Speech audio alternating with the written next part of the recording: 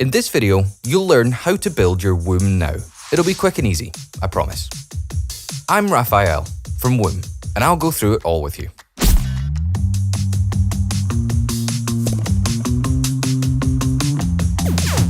Let's make a start. Open the box and take out the saddle first. Then, take out this box, plus the packaging and front wheel.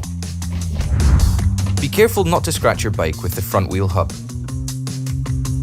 Put a section of cardboard on the floor so that you can rest the fork ends once you've lifted your bike out. Lift it out with one hand on the top tube and one on the rear wheel. Now it's time to take out and open this little box. Your pedals are inside. Let's put them to one side for now. There's an important locking bolt for your stem inside this envelope, which we'll need later. And here's the instruction manual for your bike.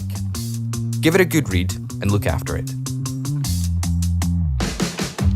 This is the bolt-on skewer for your front wheel. And these are the tools you'll need to build your bike. A pedal spanner and 2 hex keys. The first step is to carefully remove the packaging around the bars in the frame. At this point, we recommend keeping all of the original packaging, just in case you need to return your bike or exchange it for a different size. Now we can start building. Twist the fork so that the light points forward. That's the direction you'll be riding. Place the handlebar and stem onto the steerer tube as far as it will go. Once it's in place, check that the brake and gear cables form consistent curves. You don't want them to be kinked or twisted, like on the left. Now, take out the locking bolt from the envelope that you set aside and screw it into the top of the stem. You can tighten it by hand to begin with. Inside the manual, you'll find a list of all the recommended tightening torques for all the fixtures on your bike. Having a torque wrench for things like this is really helpful. In fact, every good toolbox needs one. Let's straighten the bars now. Make sure that this line matches up between the stem and the headset cap. Progressively tighten the 2 bolts on the stem's clamp, alternating until you reach the right torque.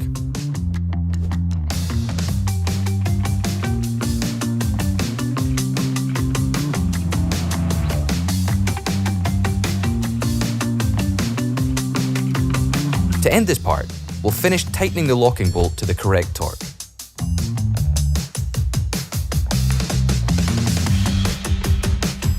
Now we're ready for the front wheel.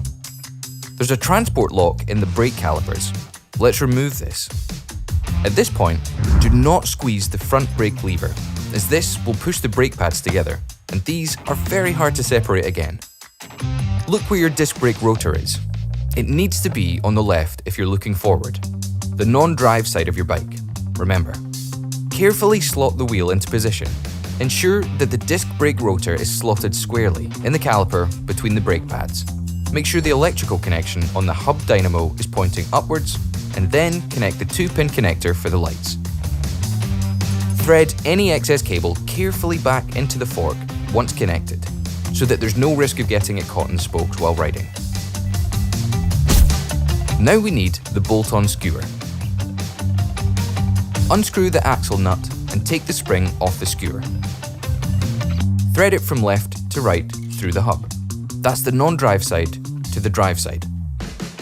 Now pop the spring and axle nut back on the skewer on the drive side and tighten it firmly by hand. Using the correct sized hex key, we'll tighten the skewer on the other side to the recommended tightening torque.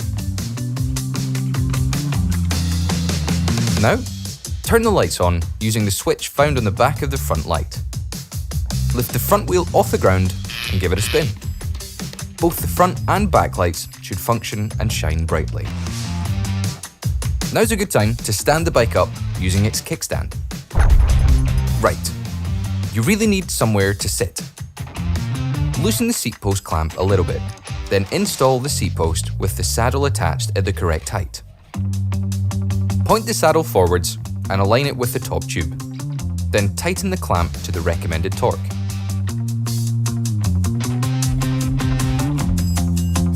Let's move on to the front rack. Loosen the 4 rack fastening bolts on the head tube, but make sure you don't remove them entirely. Hang the rack using these 4 hooks onto the bolts you've just loosened. All 4 bolts need retightening to the recommended torque now. Start with the top one on one side, then the one below it. Then repeat for the other side, going from top to bottom. Before tightening too much, double check that the washers are on the outside of the hooks and that there's no interference with any cables. Give the handlebars a quick check to see if anything's in the way. Now onto your pedals. Take the pedal marked R for right and screw it in a clockwise direction into the drive side crank.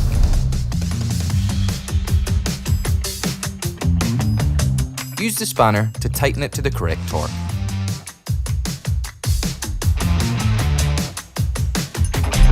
The non-drive side pedal, marked L, needs to be installed in an anti-clockwise direction and tightened to the correct torque. The last thing to do is check the tyre pressure. Too little air in your tyres? Use a pump for Schrader valves and pump them up to the recommended pressure. It's hard to give a precise tyre pressure as it depends on the total weight. When sat on the bike, you want the tyre to compress by about 15%, as this will ensure good grip and optimal shock absorption. The permissible pressure range is indicated on the tyre sidewalls, and you really want to stay within the upper and lower limit. On the box that your bike was delivered in, there are templates for your frame bag. Use a cutting knife to cut them out and then use the straps to hold it in place. You can get creative and fashion all sorts of cool things to go in there.